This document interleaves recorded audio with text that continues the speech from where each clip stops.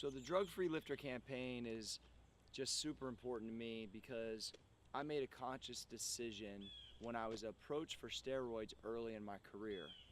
I didn't really understand, I was still naive at the time, but when I got approached about taking steroids by a powerlifter, he just told me that if I would do this, whatever he approached me with, I can't remember what he called it, that the other guy in the gym that was a bodybuilder was using it and that he had been using it, and that would help me reach those goals of these records and all these things, right? I'm like 17 years old, and at that point, I'm at a hardcore gym, and I'm looking up to these guys that look the best and are the strongest. Fast forward some time, neither of them dudes really probably made one dime lifting weights, or they might have had some records at the time, but their impact in the industry really was next to nothing if I really think about it, right? So they're trying to impress upon me what they believed was the answer. And for some reason, it just didn't feel right to me. And I remember talking to my parents about it, just saying, you know what? This is just not for me. This is not the way that I want to operate or the things that I'm interested in.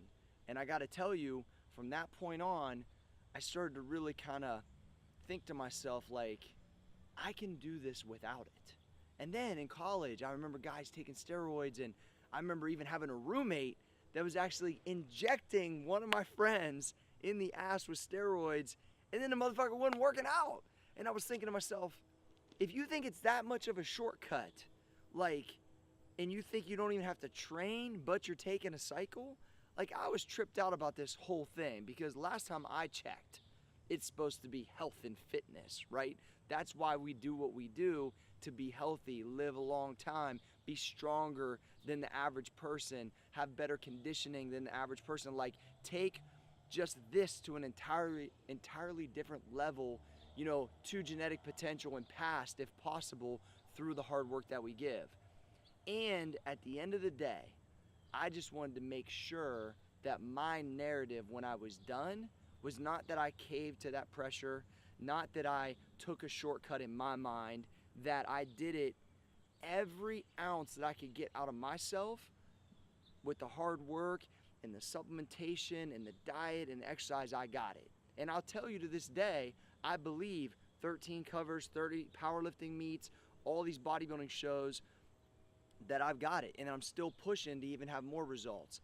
To me, it was just very important to stay that way. Now, others have chosen a different path, and I don't have a problem with you guys that are honest about it. What I have a problem with is people that are giving you a line of bullshit and not telling you all the truth. That is the problem here. That's what everybody's talking about. It's not this or that, it's that specifically.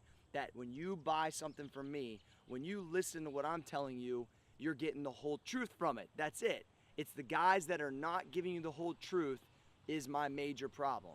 And so at the end of the day, when I'm done with this whole thing, when the legacy is written of what Cory Gregory was able to do with his career, it's that I did it knowing that there was no PED abuse, there was no extra shit that no one knew about. That I can sit there when I'm a grandpa, talk about 540 squats at 181, talk about geared squats 710 at 198. I can tell my grandkids what I was able to do, and then I don't have to tell them, but I was taking this.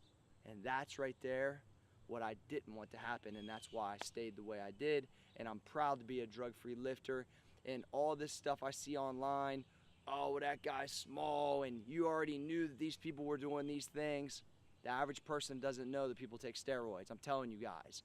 The average person doesn't know that you can reach a really high potential without drug use. I've proven it.